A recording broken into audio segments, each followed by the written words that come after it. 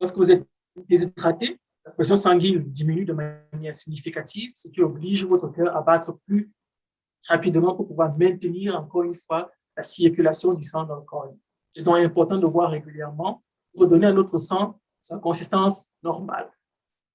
Bonjour, bonjour mes amours et bienvenue sur cette chaîne qui parle de sport, de nutrition et de santé naturelle. Pour ceux qui me découvrent à l'instant, moi c'est Nelly Ngono, originaire du Cameroun et résidente en Allemagne. Je suis passionnée de bien-être, d'où l'existence de cette chaîne.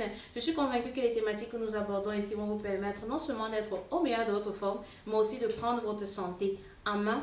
Et de plus, cette chaîne existe pour contribuer à votre épanouissement culinaire, physique et psychique. Alors, si toi aussi tu veux faire partie de la communauté de N2A Bien-être, je t'invite à faire deux choses, notamment à t'abonner et activer la cloche de notification pour ne rater aucune de nos vidéos et aller déjà dans la barre de description pour télécharger gratuitement ta liste de smoothies détox qui va te permettre de commencer à prendre soin de ta santé. Et comme j'aime bien le dire, N2A Bien-être existe pour vous, pour que vous soyez au meilleur de votre forme. Alors, on y va sur notre interview du jour. Alors, il nous a été enseigné que l'eau, c'est la vie, mais très peu de personnes comprennent la pertinence de cela et consomment de moins en moins de l'eau ou alors pas du tout. On a aussi appris que l'eau est justement le principal constituant de l'organisme du corps humain, dont la teneur totale en eau du corps humain dépend de plusieurs facteurs, notamment de la corpulence. Plus une personne est maigre, plus la proportion d'eau de son organisme est importante. Et plus une personne est, je vais dire, âgée ou vieille, plus justement la teneur en eau de son organisme diminue et celle-ci est remplacée par la graisse. Donc justement, pour approfondir la thématique de l'eau et son importance, nous avons justement ce soir le docteur Christian Ondomova qui nous a fait l'honneur de venir s'entretenir avec nous sur cette thématique et nous apporter un certain nombre d'éclaircies pour qu'on comprenne justement l'importance de l'eau et pourquoi est-ce que nous devrions consommer régulièrement de l'eau. Alors, je dis d'abord au docteur merci. Merci d'être parmi nous. Bonsoir et je te prie justement de te présenter à la communauté du N2A Bien-être. Bon, d'abord, merci pour ton invitation, Nelly. Que dois-je dire sur ma personne? Mon Dieu. Je suis docteur en médecine, spécialisé en chirurgie viscérale spéciale. Je suis médecin secouriste. J'exerce actuellement comme médecin en chef du service de chirurgie oncologique et viscérale de l'hôpital d'Ilenburg. C'est un hôpital au nord de Francfort, environ 130 km de Francfort. J'ai déjà 23 ans d'expérience. La problématique de l'eau est pour moi très importante parce que bon, l'eau est la première des choses que je donne à mon patient après qu'il ait été opéré. Donc, je me réjouis de cet entretien d'aujourd'hui. Tout à fait. Déjà, merci pour cette belle présentation et on va justement de par ton parcours, je vais dire, professionnel, que tu t'y connais dans la thématique. Et donc, d'entrée de jeu, en fait, je vais poser ma première question. Pourquoi est-ce qu'il est important de boire de l'eau? Bon, c'est une très bonne question. À vrai dire, c'est une question aussi très, très simple parce que il est important de boire de l'eau tout simplement pour survivre. Sais-tu quelles sont les principales ressources indispensables à notre survie? Bon, il y a trois ressources qu'on ne saurait ignorer dans la vie. Tu as d'abord l'oxygène, tu as l'eau et ensuite la nourriture. Maintenant, combien de temps peut-on passer sans ces éléments? Il y a une règle de trois qu'on peut retenir facilement. On peut passer 30 jours sans manger, cela peut se faire. On peut passer 3 jours sans boire et 3 à 5 minutes sans respirer. En général, sans habit, on peut tenir des mois, mais sans manger, c'est une question de jours, tout au plus. Donc, sans eau, la vie est une question d'heures, tout au plus de quelques jours. À partir du quatrième jour, on commence à avoir des troubles, on se met dans un état de danger en général. C'est un problème sur lequel on ne réfléchit pas tellement parce que, bon, particulièrement dans les pays occidentaux, l'eau sort du mur. Ça, c'est l'expression préférée de mon petit frère. L'eau sort du mur. Donc, on ne se pose pas la question de savoir l'eau, qu'est-ce que c'est à vrai dire. C'est une chose commune, elle est à la portée de tous. Dans certaines régions du globe, on ne fait pas d'efforts pour en avoir. C'est lorsqu'on est maintenant dans des cas de crise, de guerre, de situations compliquées qu'on se rend compte de l'importance de l'eau. Beaucoup sous-estiment également l'apport de l'eau dans le maintien de la bonne santé.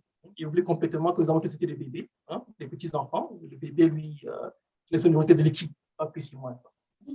Donc, l'eau est essentielle à la vie. Elle assure le bon fonctionnement de nos organes. C'est également le principal constituant de tous les organismes, aussi bien des végétaux que des animaux. Elle représente en moyenne, tu l'as dit également, 60% du corps corporel, ce qui correspond à environ 45 litres d'eau pour un homme de 70 kg. Il faut s'imaginer un peu, 45 litres d'eau. Ouais. Cette proportion diminue en fonction de l'âge, tu l'as également bien énoncé. Le fœtus de 2 mois a une masse corporelle de 97% en eau, le nourrisson 75%, et cela diminue ainsi jusqu'à la personne âgée qui n'a plus qu'environ 55% d'eau dans son corps. Donc, l'eau est la seule boisson physiologique indispensable pour vivre. Lorsqu'on diminue la quantité d'eau, il y a également des symptômes qui apparaissent. À partir de 5% de diminution, on a une soif intense. À partir de 10% de diminution, on a une déshydratation intracellulaire, on en parlera plus tard. Il y a une grande faiblesse. À partir de 15 à 20%, on entre dans un état assez dangereux dans la vie, en particulier, tout particulièrement chez les enfants, chez les personnes âgées.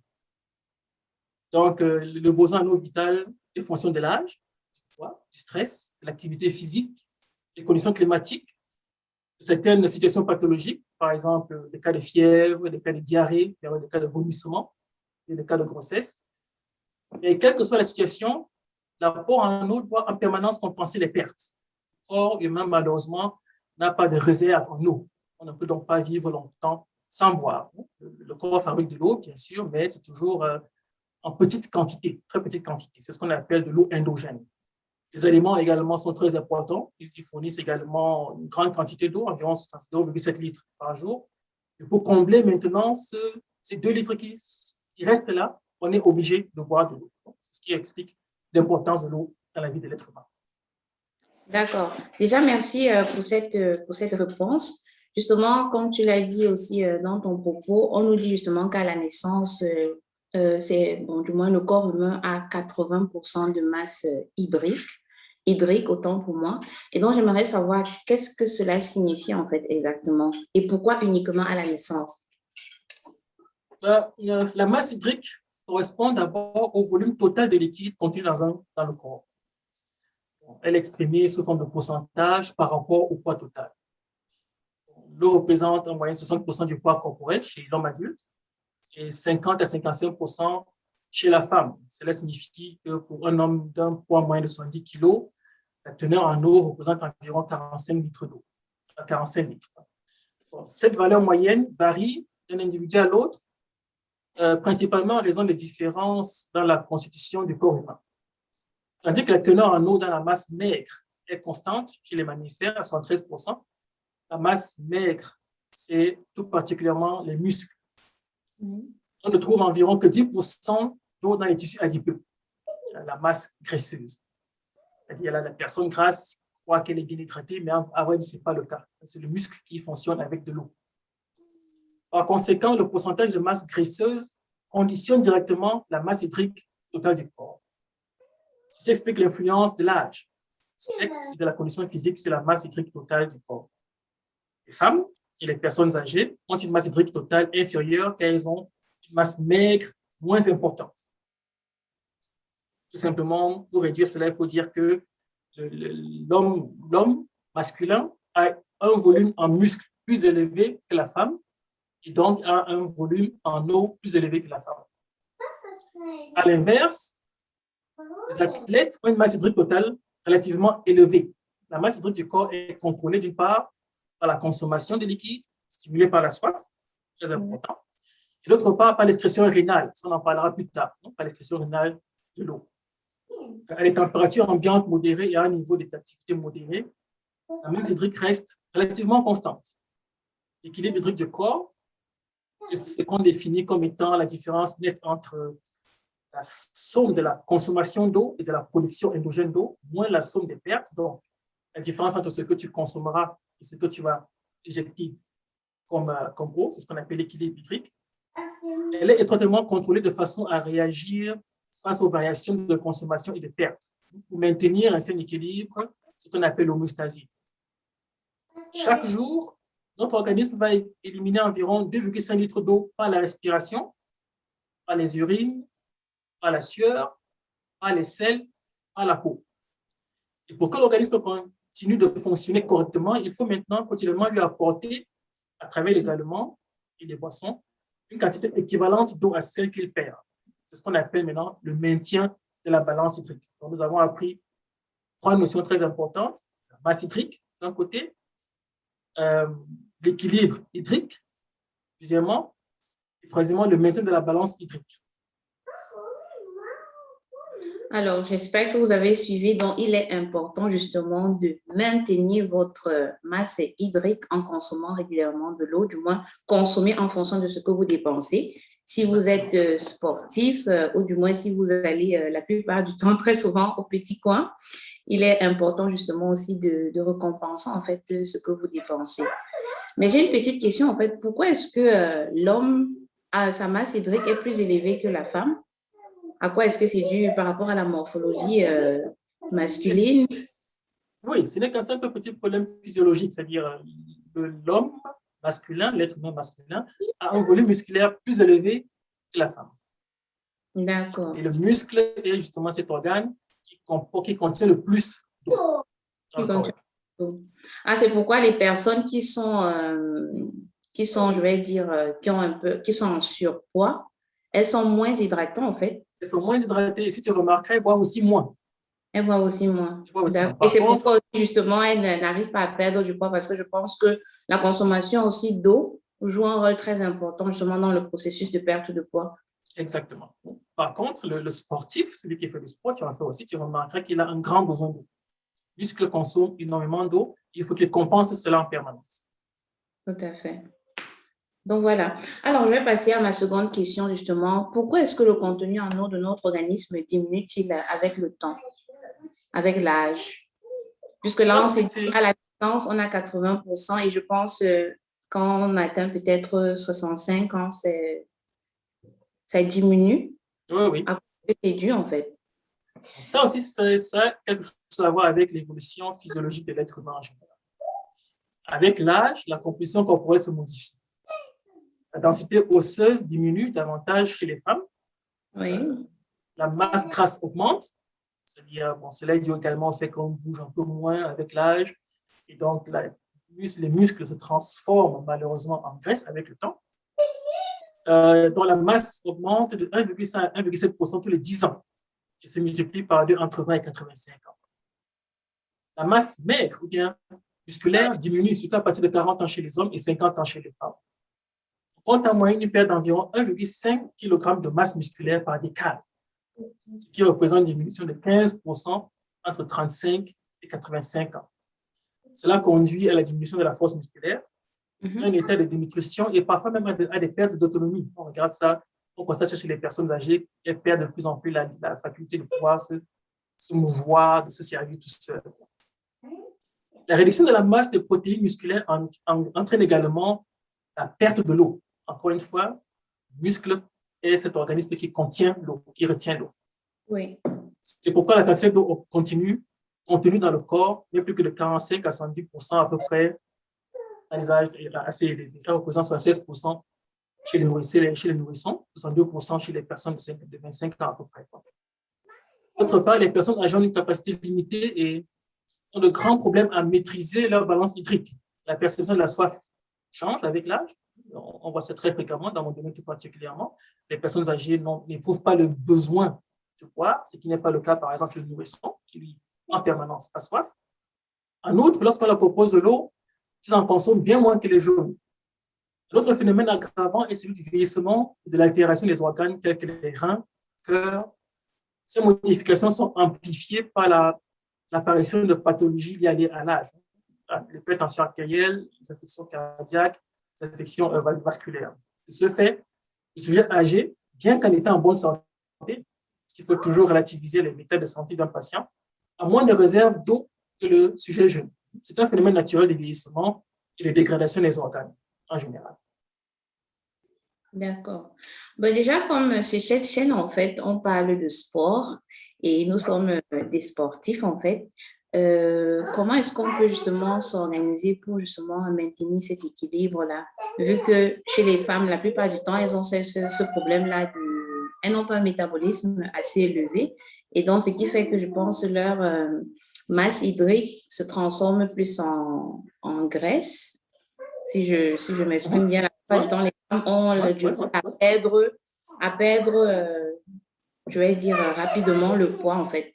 Qu'est-ce qu'elles peuvent faire quand elles combinent leur activité sportive et avec la consommation d'eau pour qu'elles puissent justement perdre du poids et le remarquer et être en équilibre en fait? Qu'est-ce qu'elles peuvent faire en fait? Tu abordes deux problèmes. D'un côté, tu as cette personne qui veut perdre du poids et puis maintenant, tu as cette personne qui veut rester en bonne santé, qui fait son poids pour rester en bonne santé. En général, la personne qui fait son sport régulièrement sait également bien doser les quantités d'eau qu'elle aimerait bien prendre, cette personne-là. Elle sait que, bon, avant d'aller faire mon sport, je dois prendre 1 litre d'eau, bien un truc de ce genre. Après avoir fait mon sport, je dois tout de suite me ravitailler également avec de l'eau. Et tout ce qu'on peut dire, c'est que plus longtemps on fera son sport, plus longtemps on maintiendra ce sport et mieux également on se sentira en général. Ouais. Bon. Pour la personne maintenant qui veut prendre le poids, qui veut perdre du poids, le problème, il est autre. Je suppose que tu en parles également assez régulièrement dans ta chaîne.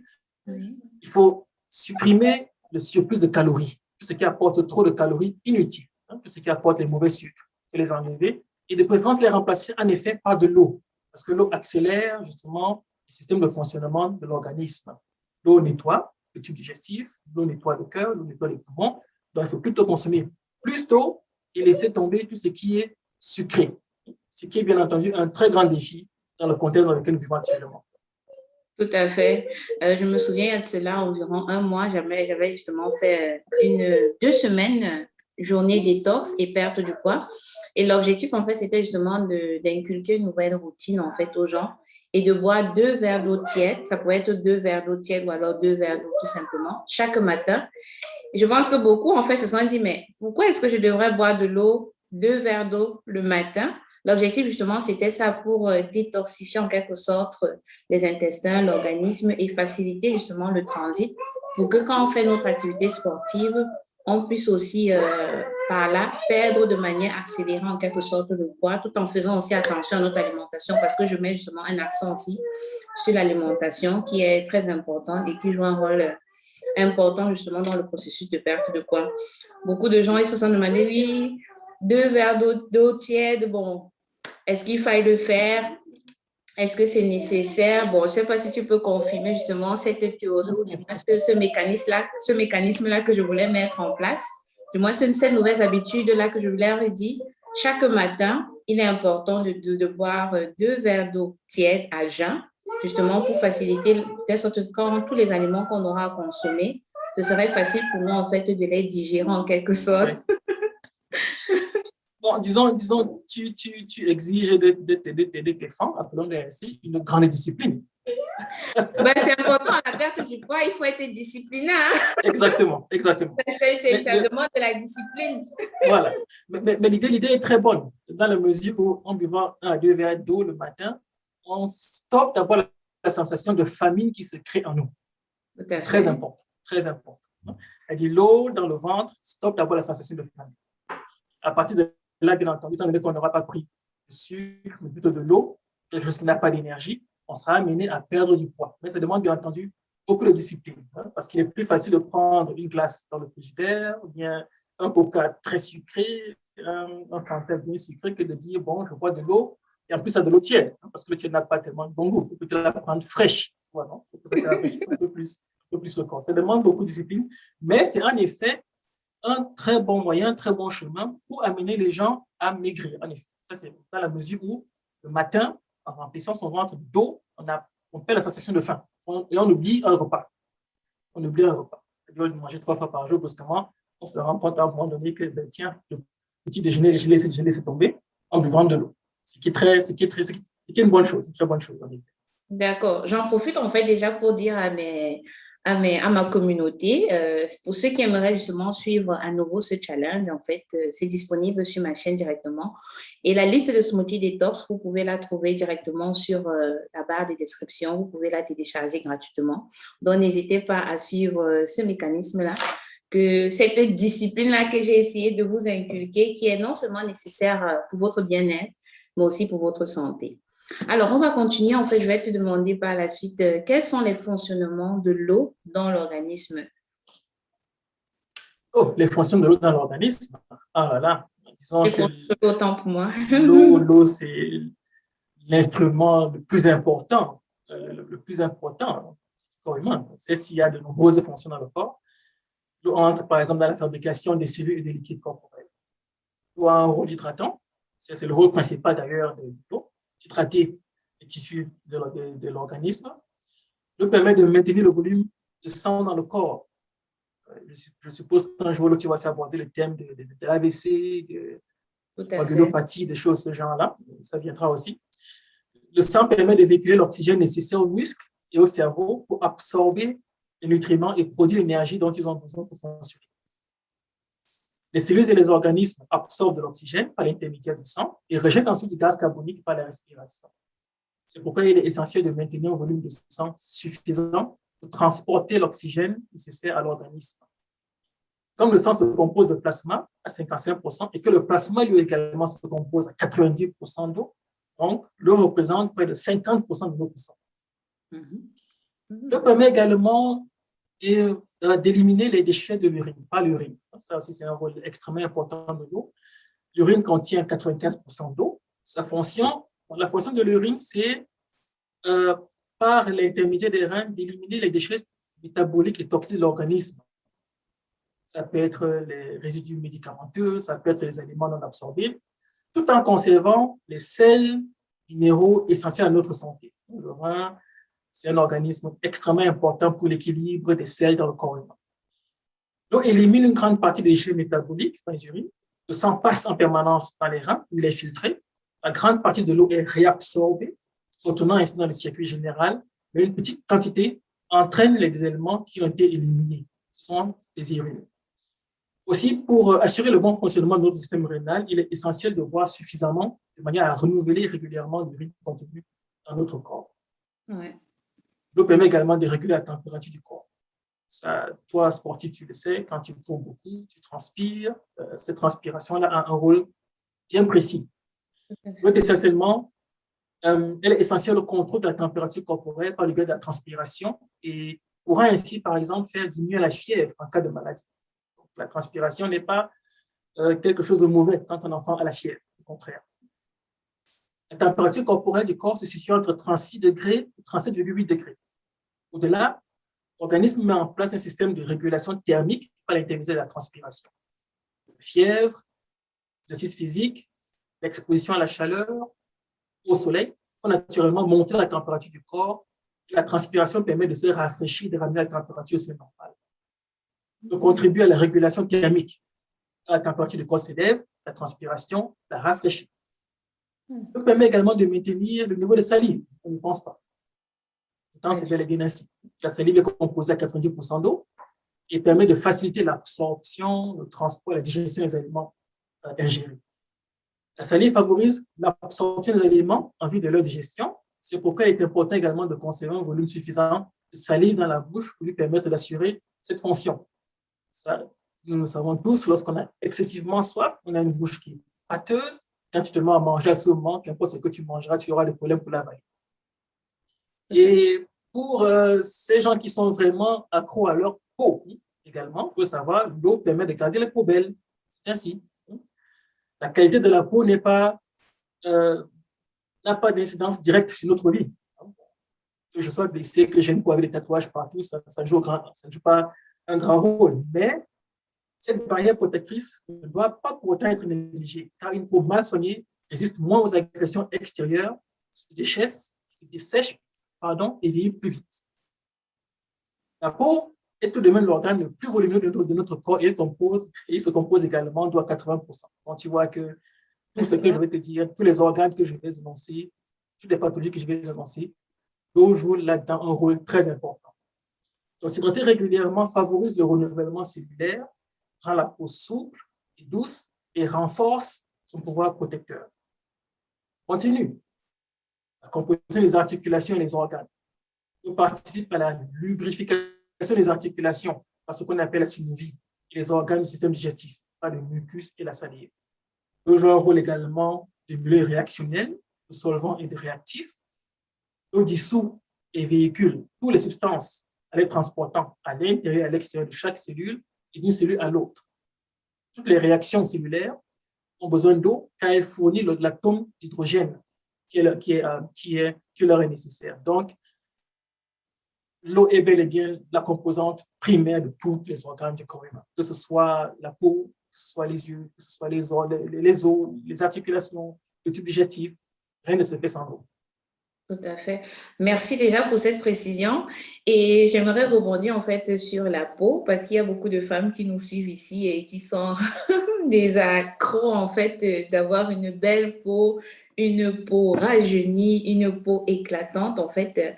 Et on utilise tout genre de produits sans savoir que en fait le plus important c'est de traiter en fait sa peau de l'intérieur en consommant déjà suffisamment d'eau. Donc, hydraté. Et comme tu l'as dit, la peau, c'est 80% d'eau, mais c'est énorme en fait. 80%, c'est pratiquement 100%. Donc, pour avoir une peau éclatante, une belle peau et certainement aussi sans boutons, il faut consommer suffisamment d'eau et puis par la suite, utiliser les autres produits cosmétiques qu'on a peut-être, dont on a besoin. Et j'aimerais aussi, en fait, je ne sais pas si c'est possible, parce que je sais que dans ma famille, il y a beaucoup de gens qui ont des problèmes d'articulation. Est-ce que cela est peut-être dû au fait qu'ils ne consomment pas assez d'eau ou alors c'est un cas qu'il faut encore bien analyser avant de faire un diagnostic là-dessus? Bon, ça, c'est un cas qu'il faut en effet d'abord bien analyser avant de poser un diagnostic aussi rapide que celui-là. Bon, Oui. on sait qu'on a besoin de l'équilibre d'eau pour que les articulations soient suffisamment ravitaillées en eau. Ça rend les articulations plus fluides, plus agréables. À partir du moment où on commence à avoir des douleurs, parce que les problèmes d'articulation se caractérisent d'abord par des douleurs au niveau des articulations, bien entendu, un bon médecin te posera des questions sur ton régime alimentaire. Est-ce que tu bois suffisamment? Quelle est la quantité de viande rouge que tu consommes? Je suppose que tu aborderas cela tôt ou tard. Quelle est la quantité d'œufs que tu consommes, par exemple, par jour? Et après cela, il faut maintenant se poser la question, qu'est-ce qui ne va pas dans les articulations? On sait qu'avec l'âge, les articulations s'assèchent, sèchent les articulations. Donc, les frottements entre les os sont plus fréquents. C'est là qu'on dit qu'il y a des pathologies au niveau des articulations. Bon. Mais le problème de l'eau n'entre pas tellement en considération au niveau des pathologies des articulations en tant que tel. D'accord. OK, merci pour la précision. Donc, pour ceux qui peut-être ont des problèmes d'articulation, déjà essayez de consulter un médecin pour savoir de quoi est-ce qu'il s'agit. J'aurais peut-être cru que l'eau pourrait, comme j'ai lu un livre dernièrement, le pouvoir guérisseur de l'eau. Et je me suis dit, l'eau peut-être permettrait de guérir toutes sortes de pathologies. Mais il faut en fait, il faut d'abord consulter un médecin pour qu'il puisse aussi vous faire un bon diagnostic et puis vous donner un traitement approprié à votre pathologie. Alors, tu aimerais dire quelque chose là-dessus? Oui, disons que l'eau n'est pas un médicament qui guérit les pathologies, mais l'eau est comment est-ce qu'on peut décrire cela? La pièce la plus importante pour maintenir un équilibre sain dans le corps humain. Ouais. C'est-à-dire que sans eau, oui, en effet, on tombe malade. Sans eau, on tombe malade. C'est pour ça qu'il faut maintenir un équilibre sain en eau dans le corps humain. D'accord. Déjà, merci pour cette précision et j'espère que vous qui nous suivez de la maison, vous avez aussi compris que jusqu'ici, je pense que c'est clair que l'eau, en fait, il est primordial, c'est essentiel pour maintenir justement la survie de notre organisme. Il est essentiel de consommer de l'eau. Alors, j'aimerais justement que tu nous parles de la répartition de l'eau dans l'organisme. Quels sont les organes qui ont besoin de plus d'eau? On sait déjà que la peau, c'est 80%, mais les autres organes, en fait, on n'a pas une très grande idée là-dessus. Oui, ok, d'accord. Merci de la question. Bon, on l'a déjà dit, l'eau est le principal constituant du corps humain. Elle est répartie dans l'ensemble du corps, dans chaque organe, à l'intérieur des cellules, entre elles, mais elle est inégalement répartie en fonction de la consistance des organes. La concentration de l'eau varie d'un organe à l'autre en fonction de la composition de ces organes. 2% dans les mailles des dents, à 83% dans le sang. Les organes les plus riches en eau étant le sang, avec 83%, le rein, 83%, le cœur, 119%, et le cerveau, 76% à peu près. Les corps les plus pauvres étant les corps adipeux. Il faut qu'on sache cela, que le corps adipeux n'a pas d'eau pratiquement, ainsi que les os. Les os qui ont pratiquement 22% d'eau. Quant à la masse musculaire, elle contient entre 73 et 75% d'eau. Du fait de son importance, c'est là où la moitié de l'eau corporelle se trouve, parce que bon, le corps humain est constitué en grande partie de muscles. De même que nous pouvons diviser les organes en appareils et organes, etc., on peut également, du point de vue de l'eau, diviser tout organisme en deux grandes parties ou deux grands compartiments. Là, on aura ce qu'on appelle le compartiment cellulaire et le compartiment extracellulaire. Bon, on doit malheureusement aborder ce thème-là aussi. Aussi compliqué qu'il peut être. Bon, l'eau est répartie dans le corps entre ces principaux compartiments, à savoir intracellulaire à l'intérieur de la cellule, extracellulaire en dehors de la cellule. Le compartiment intracellulaire est le plus important puisqu'il représente environ les 2/3 de la masse hydrique. Le compartiment extracellulaire représente environ 1/3 de la masse hydrique, contient le liquide plasmatique et le liquide interstitiel. Ce sont ces liquides qui, à vrai dire, dans lequel chaque cellule nage, on peut dire comme ça, et qui a un perpétuel mouvement qui s'accomplit entre ces deux milieux. Il y a des échanges perpétuels qui s'effectuent entre les cellules, entre le milieu intracellulaire et le milieu extracellulaire. La plus grande part de toute l'eau de l'organisme se trouve à l'intérieur des cellules. L'eau du comportement intracellulaire est facilement imaginable. C'est l'eau constituée de chacune des cellules. C'est-à-dire, bon, chaque cellule est dans son corps, on peut l'imaginer comme un corps humain. Ce que tu as dans le corps humain, c'est plutôt de l'eau. C'est comme ça que la cellule également est faite. Vu le nombre de celles-ci, c'est-à-dire environ 50 milliards de cellules, il n'est pas étonnant que cette eau intracellulaire représente à elle seule près de la moitié du corps humain, environ 30% du corps humain. L'eau, par contre, du compartiment extracellulaire forme le reste, 1% du poids à peu près. Ce compartiment est plus difficile à imaginer et il est plus disparate. Il comprend l'eau du plasma. En effet, le sang est composé de cellules et de liquides. Les cellules sont les globules rouges, les globules blancs, les plaquettes. Le liquide, lui, il est le plasma, constitué à 80% d'eau. Cette eau plasmatique représente 5% du corps. Il comprend aussi l'eau qui existe entre les cellules. Les cellules ne sont pas cimentées les unes aux autres. Il existe des petits espaces entre chaque cellule. Cette eau intercellulaire ou interstitielle représente environ 15% du poids du corps. Donc, qu'importe la façon dont on va tourner cela, tu vas te rendre compte que tout se fait toujours avec de l'eau, ou bien autour de l'eau, ou bien sur la base de l'eau. Donc, l'eau représente à moins 60% du corps corporel de l'être humain. Toutefois, ce pourcentage diminue en même temps que la masse maigre. La plupart des organes et les tissus contiennent environ 70% d'eau. Le sang et les reins sont à plus de 80%, les muscles, 76%, tissu adipeux, 10%, les mailles des dents, 2%. L'eau intégrée est absorbée principalement par l'intestin. J'espère qu'on va aborder ce thème-là plus tard, parce que bon, cela viendra, tu vas te rendre compte plus tard dans la façon maintenant de manger, la façon de vivre. Parce qu'il faut savoir que bon, l'intestin grêle est cet endroit où l'eau est absorbée. On en parlera plus tard. La vitesse à laquelle la réserve en eau du corps se renouvelle dépend également de la quantité d'eau que tu intègres. Chez un homme qui boit environ 2 litres d'eau par jour, une molécule d'eau reste dans le corps en moyenne 10 jours. 99% de la réserve en eau du corps est renouvelée dans les 50 jours. Bon. Donc, c'est une question vraiment... ce qu'on peut retenir en général, c'est que bon, tous ces corps-là ont un volume d'eau qui se balade entre 76% et 86%. Les plus pauvres étant les masses adipeuses, les mailles des dents et les os, les plus riches étant les reins, le cœur, le cerveau. D'accord. Ben là, quand tu parlais justement de la répartition d'eau, une question m'est venue en esprit. Si le sang, en fait, c'est 80%, je pense 83% en Oui, oui. eau, et je pense que ça joue aussi ce rôle de purificateur. Ça purifie certainement le sang et ça permet justement qu'il y ait une meilleure circulation du sang dans l'organisme. La plupart du temps, je ne sais pas, j'ai eu à avoir justement déjà 2 cas où les personnes, ils avaient certaines pathologies à un moment donné. on dit les poumons sont remplis d'eau.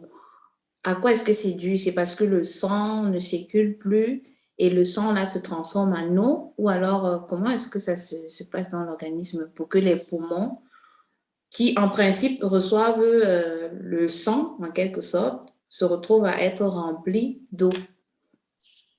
Bon, là, nous entrons dans la médecine pure, hein. Peut-être de manière peut-être de je manière vais donc, et pour ceux qui s'intéressent aussi à ce genre, parce que moi, ce sont des trucs qui oui. ça m'intéresse beaucoup et je me pose la question de savoir, mais comment est-ce que se fait-il que peut-être si on a un cancer, si on a, je sais pas moi, une insuffisance, je sais pas moi, rénale ou un truc du genre, et après, on se dit, on retrouve les poumons sont pleins d'eau. Bon, il y a en effet plusieurs causes à cela. Mais il faut d'abord se rappeler un peu les cours d'anatomie que nous avons tous eu ici. Savoir que, bon, les poumons filtrent le sang. Ce sang-là, il descend directement au niveau du cœur. Le cœur, en pompant ce sang, envoie ce sang dans les organes. Quand maintenant tu as une faiblesse du cœur, pour une raison ou pour une autre, ça peut être l'âge, ça peut être une tension artérielle trop élevée, le cœur cesse de battre régulièrement comme cela se doit, eh bien, tu as un phénomène d'embouteillage, comme sur l'autoroute. L'embouteillage, le sang se bloque devant le cœur, et donc, qu'est-ce qu'il fait? Il s'accumule directement au niveau du poumon. OK. Au lieu de continuer à circuler normalement comme cela devait être dans les autres organes. Autres organes, il se bloque devant le cœur et donc il s'accumule directement dans les poumons. C'est ce qu'on appellera maintenant le poumon noyé. En général, quand tu as un problème de ce genre-là, la cause se trouve toujours au niveau du cœur, l'organe qui est après. Je recommence. Le poumon filtre le sang. Ce sang-là, il est directement envoyé au niveau du cœur. Ce sont les deux organes principaux. Le cœur pompe maintenant ce sang dans les périphéries. Quand maintenant, pour une raison ou pour une autre, le cœur n'arrive pas à faire ce travail-là, n'arrive pas à assumer ce travail, il fait bien en général avec l'âge, tout ce sang s'accumule avant le cœur et donc dans les poumons. Dans les poumons. Et il est filtré, l'eau est filtrée de ce sang, et il s'accumule maintenant à l'extérieur. C'est ce qu'on appelle une insuffisance cardiaque en général. C'est les symptômes primaires d'une insuffisance cardiaque. Tu remarqueras en général, ces gens-là aussi, ils ont de l'eau qui s'accumule au niveau des jambes. Sur les pieds, on appelle ça les œdèmes. Les pieds qui gonflent, le bassin qui gonfle, et dans le pied des cas également, ça peut se retrouver au niveau de l'abdomen. Donc, l'eau qui s'accumule au niveau des poumons presque toujours propose un problème au niveau du cœur. Ça, c'est l'une des premières raisons. La seconde raison, en effet, tu as parlé de cancer. Il arrive en effet que ce cancer développe ce qu'on appelle des métastases, c'est-à-dire des cellules cancéreuses qui se libèrent de l'organe tumoreux principal, s'accumulent au niveau des poumons. C'est là qu'on dit à des sortes d'effritement au niveau des poumons. Ces frottages au niveau des poumons conduisent à la production d'eau qui s'accumule également au niveau du cœur, enfin au niveau du poumon. Donc, il y a deux pathologies qui sont les principales causes d'une accumulation d'eau dans les poumons, dans l'insuffisance cardiaque, évidemment, les pathologies malignes telles que les cancers. D'accord. Déjà, merci pour cette précision. C'était justement une parenthèse parce que je suis... le corps médical, en fait, je le trouve tellement passionnant et j'ai toujours une admiration particulière pour les médecins parce que, c'est en quelque sorte, eux, ils sont en fait comme nos dieux sur Terre, en fait. Ils nous sauvent la vie. Merci. Mais nous sommes des êtres humains. Déjà, félicitations à toi, un chapeau et vraiment merci une fois de plus d'être parmi nous ce soir pour nous entretenir sur cette thématique et nous permettre de comprendre comment est-ce que l'eau fonctionne dans notre organisme, d'où justement, et cela va nous motiver, je pense, après cette interview, les gens seront plus conscients et consommeront plus de l'eau parce qu'on a tendance à remarquer, surtout dans la communauté africaine, les gens consomment de moins en moins de l'eau, ils boivent beaucoup plus la bière, les jus, mais ils se disent que l'eau n'est pas vraiment important. Vous allez m'excuser, ma fille est là. Elle veut aussi s'entretenir avec vous ce soir. Mais malheureusement, elle ne veut pas. Alors, On va continuer. Et justement, quand tu parlais de la répartition d'eau, j'ai constaté que justement, le cœur et le cerveau sont les organes les plus riches en eau. Et j'aimerais justement savoir pourquoi est-ce que c'est ainsi et quel impact ceci pourrait avoir si on ne consommait pas suffisamment d'eau. Bon, disons que les organes qui sont très actifs contiennent également le plus d'eau. Le cœur, qui travaille 24 heures sur 24.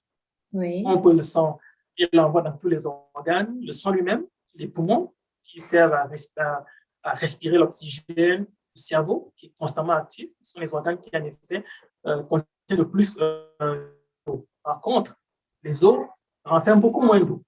On ne leur demande pas non plus d'avoir beaucoup d'eau parce qu'ils doivent être plutôt stables afin de résister à l'étirement, à la pression et pour que nous puissions tenir debout, les os ont besoin d'avoir une résistance plus importante que tous les autres organes.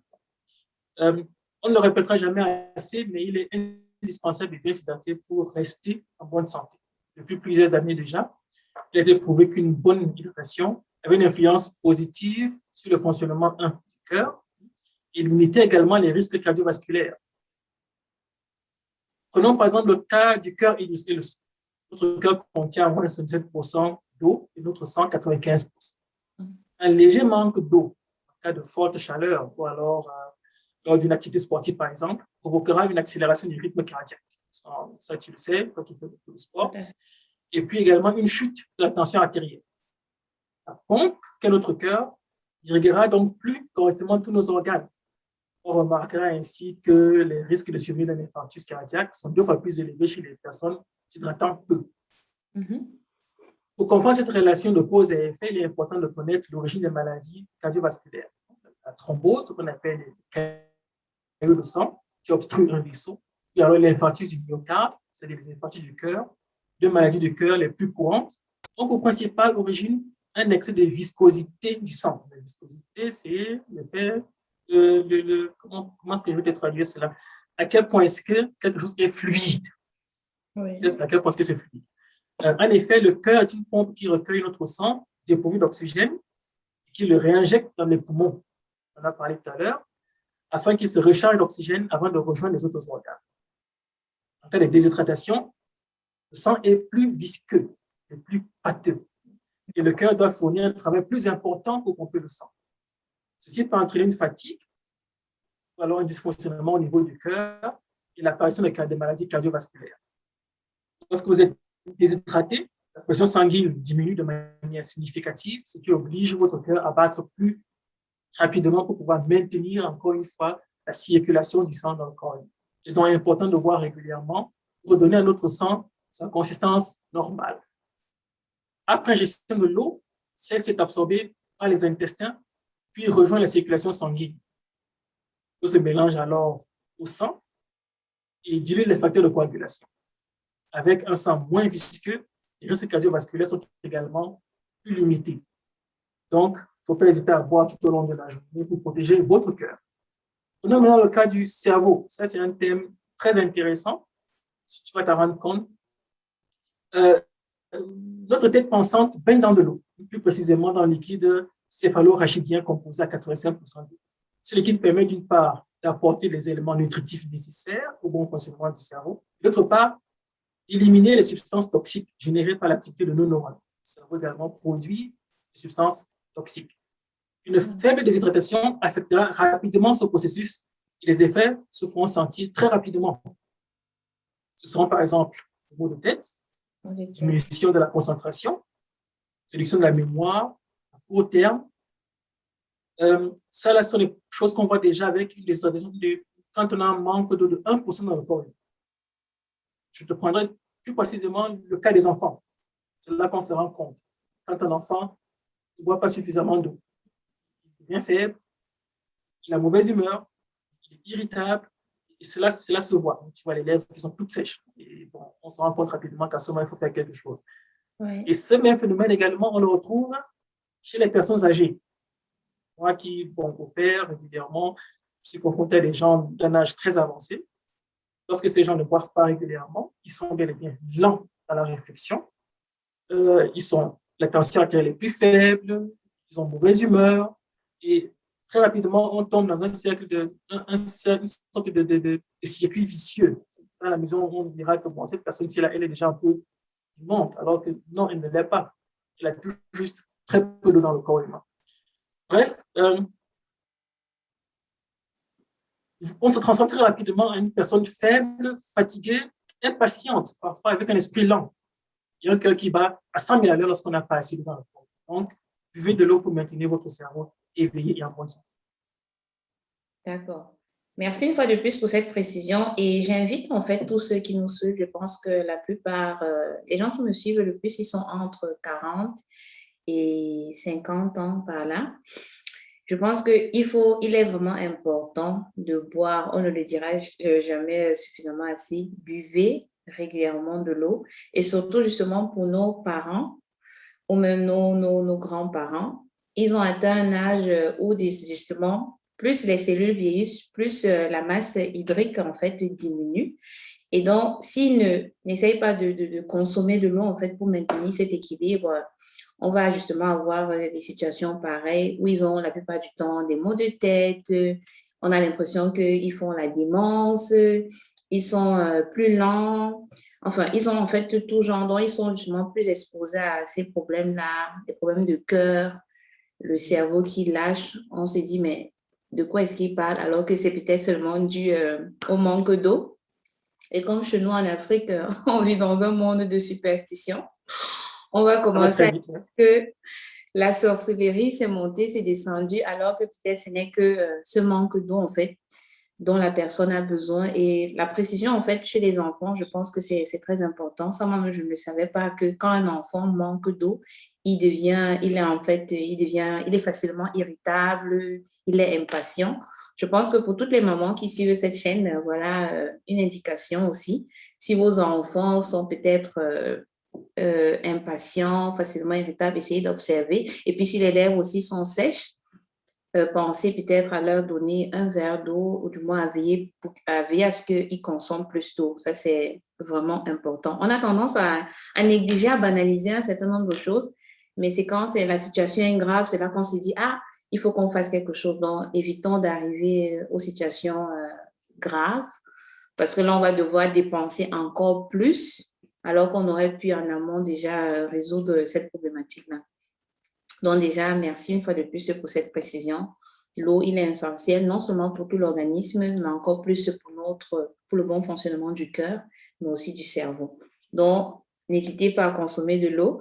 Et ici, c'est la communauté du N2A Bien-être. Alors, on veut être en santé et au meilleur de notre forme. Donc, soyons en forme en consommant de l'eau et en faisant attention justement à notre alimentation. Alors, j'aimerais justement te poser la question de savoir, vu que la quantité d'eau à boire est liée à la masse corporelle, quelle serait la quantité véritable recommandée à boire? Qu'est-ce que tu peux nous dire là-dessus, en fait? Pour maintenir constante la teneur en eau de l'organisme, la quantité d'eau qui entre va toujours être égale, de préférence supérieure à la quantité d'eau qui sort. Donc, tout au long de la journée, de la nuit, sans effort physique en particulier, dans les conditions de repos, lorsque le climat est tempéré, nous perdons environ 2 à 2,5 litres d'eau par jour. Mm-hmm. On estime donc les besoins en eau d'un adulte à peu près 2 litres par 24 heures, préférence plus de 2 litres par jour. Cette quantité d'eau nécessaire au quotidien varie d'un individu à l'autre. Elle dépend également des conditions climatiques, des variations hormonales, de l'activité physique pratiquée, du poids de la personne. Si l'on pratique une activité physique intense, et alors en cas d'allaitement, en cas de maladie, les besoins en eau sont plus élevés, garantissent des performances optimales. Donc, ce qu'on peut retenir, c'est que la moyenne, c'est 2,5 litres d'eau à peu près par jour. Et cela, maintenant, doit changer, augmenter plus précisément en fonction des activités physiques et des besoins, par exemple, en cas de maladie. Mais pour une personne qui fait peut-être plus de 2 mètres, sa consommation en eau est plus importante qu'une personne qui a, je ne sais pas moi, 1,50 m.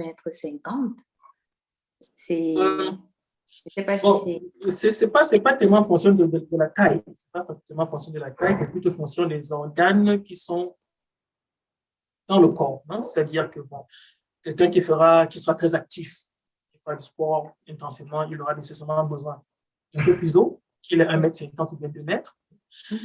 La personne qui a 2 mètres, si par les urines, elle évacue 2,5 litres d'urine par jour, si la moyenne sera également environ 2,5 litres par jour, la taille n'est pas tellement le facteur important. L'âge, oui. Les enfants, il faut voir maintenant en fonction de leurs besoins. Bon, chez les enfants, je suis habitué chez mes gosses, justement à regarder l'état physique, le visage, les lèvres, regarder les urines, par exemple. Est-ce qu'elles sont colorées, est-ce qu'elles sont claires? Et c'est en fonction de cela que je sais quel est le besoin en eau qu'ils ont. Mais la moyenne, c'est en général 2,5 litres d'eau, qu'importe la taille de la personne. D'accord. D'accord, merci déjà une fois de plus pour cette précision. Alors, pour que la vidéo ne soit pas très longue, là, on va passer, en fait, on va entrecouper notre interview en deux. Donc, mes amours, là, on revient justement, on va continuer notre interview parce que la thématique de l'eau, justement, est une thématique qui nous tient particulièrement à cœur et elle est importante. Donc, je vais continuer, en fait, avec mon interview, mais cette fois-ci dans un autre, comment dirais-je, avec une autre vidéo en deuxième partie, en fait, vous avez compris, parce que sinon, j'ai tellement de questions, sinon l'interview sera très longue et puis ça sera difficile pour vous justement de suivre l'interview pendant plus de 2 heures de temps. Donc là, je vais entrecouper ça en deux parties. Alors, je vais continuer justement avec mes questions. Quelle influence aurait un déficit de consommation d'eau dans l'organisme? Donc, si on ne consommait pas suffisamment d'eau, quel serait l'impact de ce déficit-là? Parce que je pense que beaucoup de personnes ne sont pas conscientes. Ils ne consomment juste pas d'eau, mais ils ne savent pas quel impact ça peut avoir sur leur santé. Et je pense que si tu apportes des précisions là-dessus, ils seraient plus, comment dirais-je, plus conscients en fait de cela. Bon, merci pour la question, Mélie. En effet, cette question est très importante parce qu'on néglige en effet l'importance de l'eau. Jusqu'à un certain âge, l'eau est là à portée de tout le monde. On ne sait pas tellement ce qui se passerait si il arriverait qu'on ne boive pas de l'eau. Bon, il est important qu'on parle de cela.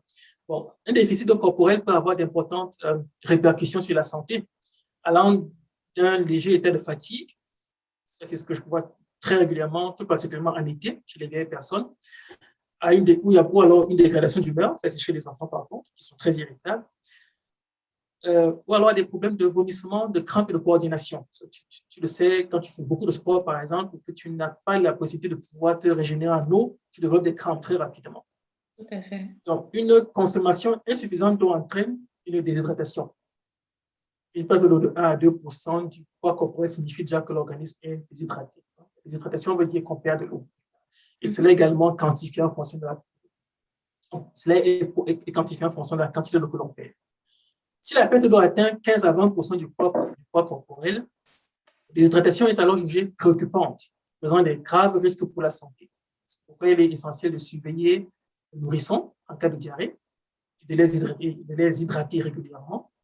Les personnes âgées sont également sujettes à la déshydratation, elles ressentent moins soit la soif que les adultes.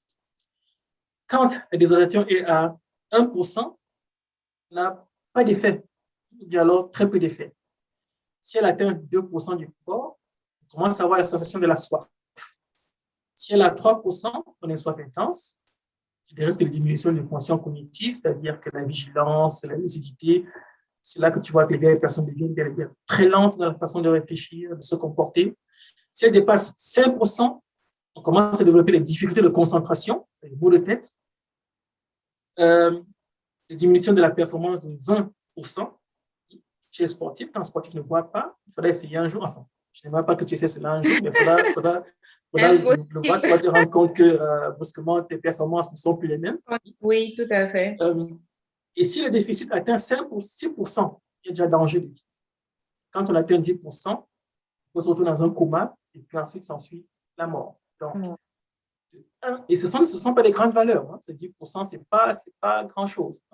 Et déjà, 1 à 2%, on se rend compte qu'il y a des problèmes qui apparaissent. Hein, de vigilance, de concentration, de la fatigue, on est irritable. À partir de 5 à 6%, il y a des maux de tête qui apparaissent. 10%, on est dans un coma intense. Donc, une bonne hydratation augmente le niveau de concentration, améliore les performances sportives et le bien-être global.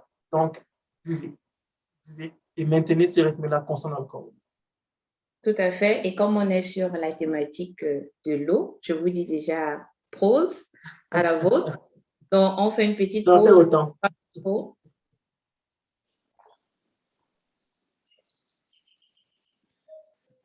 Il est important de s'hydrater. Et là, notre cerveau, en fait, est en travail parce qu'on fait une interview, on change et on a besoin justement comment dirais-je, d'hydrater notre cerveau, d'hydrater notre organisme. Et aussi, comme on parle là tout le temps, notre bouche a besoin, en fait, d'eau. Donc, n'hésitez pas à consommer de l'eau. Donc, voilà, faites aussi un temps de pause avec nous et buvez de l'eau. Alors, j'aimerais justement savoir, la plupart du temps, on nous dit qu'on peut savoir si on boit suffisamment d'eau de par nos urines. Si c'est que les urines sont trop claires, là, on sait que peut-être on boit trop d'eau. Si les urines sont peut-être sombres ou moins, je vais dire quoi, trop sombres, là, on ne boit pas assez. Si elles sont jaunâtres, je vais dire pas trop jaunes, mais au milieu, c'est plutôt OK. J'aimerais savoir s'il y a une autre manière de savoir si on boit suffisamment de l'eau ou pas. En dehors de nos urines, une autre manière de savoir. Bon, en dehors d'une urine de couleur foncée, il existe également d'autres signes cliniques qui évoquent un manque d'eau dans le corps. Là, je prends toujours le cas des enfants. Oui. En cas de déshydratation légère, c'est-à-dire une perte de 1% en eau, déjà la fatigue qui s'installe. Vous pouvez cligner les yeux plus souvent quand tu es fatigué, quand tu n'as plus assez d'eau, les yeux commencent à cligner plus régulièrement. Quand l'apport en eau est moins importante, le cerveau est un peu chamboulé, il devient moins élastique. Tu nous as proposé de faire une pause, c'était vraiment important parce que je me suis rendu compte que je n'arrivais plus à bien parler. Conséquence, on a des douleurs qui apparaissent, la fatigue aussi. Dans le cas grave d'une déshydratation, on a un état comateux qui peut s'installer. La personne ne répond plus, ou bien alors des réponses qui ne sont pas cohérentes, ou bien alors qui sont lentes. Bon, mais l'urine, il faut le reconnaître, reste un bon indicateur pour savoir si on boit suffisamment d'eau ou pas. Si la couleur de l'urine est foncée, notre consommation en eau est faible. Oui. L'urine doit avoir une couleur claire, presque transparente. Alors, oui, notre urine dit beaucoup de choses sur notre état de santé, plutôt sur celui de l'état de santé de nos reins. En effet, il faut donc observer nos urines. Bon, mais il y a bien entendu d'autres signes cliniques qu'il faut aussi connaître. Bon, ça, pour moi, c'est très important en tant que médecin. Bon, les signes les plus fréquents sont la soif, une urine foncée, la bouche et la gorge qui sont sèches, un manque d'énergie, une peau sèche, on n'en a pas tout au début, des maux de tête, bien des étourdissements, l'intolérance à la chaleur, par exemple. Aussi, ça peut aussi nous montrer qu'on a trop peu d'eau dans le corps. On peut comparer ces symptômes à ceux d'une plante qu'on n'arrose pas assez souvent, les étoiles. Les feuilles jaunissent, les bouts sont raccourcis. Il faut seulement voir tout le soir. Regardez un peu comment la plante se pose. Quand il y a une rose à la maison, voir comment elle se comporte lorsqu'elle n'a pas assez d'eau. À un stade un peu plus avancé, on constatera une faiblesse musculaire ou bien des crampes en raison d'un débalancement de l'équilibre potassium et sodium dans les muscles. On aura une difficulté à avaler, on aura une miction douloureuse, on aura des confusions ou bien alors un délire, la constipation également. C'est un indice qu'on ne voit pas assez. Une fatigue, une somnolence, des maux de tête, des vertiges, des étourdissements. Ce sont tous ça des signes caractéristiques d'un manque d'eau dans le corps humain. Et comment reconnaître les signes d'un manque d'eau extrême, sévère? On aura par exemple une soif extrême, l'agitation extrême. Les patients développent des sortes de crampes, tu as l'impression qu'ils ont une crise épileptique. Ou alors une somnolence chez les nourrissons et les enfants. Ils sont irritables, ils ont mauvaise humeur, ils développent des confusions. On a une peau extrêmement sèche, la bouche et également les muqueuses, la couche muqueuse dans la bouche qui est très sèche. On possède également une absence de sudation, parce qu'on ne transpire plus. Ou bien alors, on n'a pas d'urine. Les urines sont sombres, sont jaunes. Chez les enfants également, le globe oculaire, en général, il est enfoncé. Ça, c'est vraiment dans le cas où l'enfant aura, sur une longue durée, consommer très, très, très peu d'eau. En général, dans la phase aiguë, c'est plutôt les urines qui sont plutôt très jaunes. Et également, on a des peaux qui sont sèches, qui sont ridées, qui manquent d'élasticité.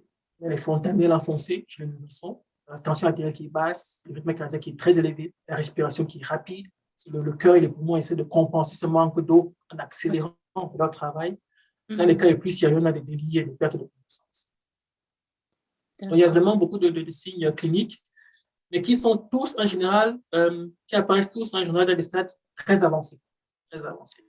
Les premiers signes, les premiers insignes sont en général les urines qui sont jaunâtres, plus foncées que d'habitude, ou bien alors un enfant qui a un mauvais caractère brusquement, qui est irritable, bien qui pleure, bien les larmes qui ne coulent pas lorsqu'il pleure.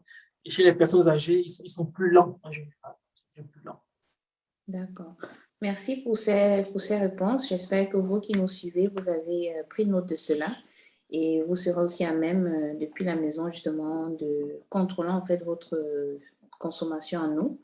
Donc, contrôlez régulièrement vos urines et puis essayez de voir aussi si la plupart du temps, vous avez peut-être, je ne sais pas moi, des maux de tête ou une fatigue inhabituelle. Peut-être ce problème vous révèle que vous n'avez pas suffisamment consommé de l'eau toute la journée. Alors,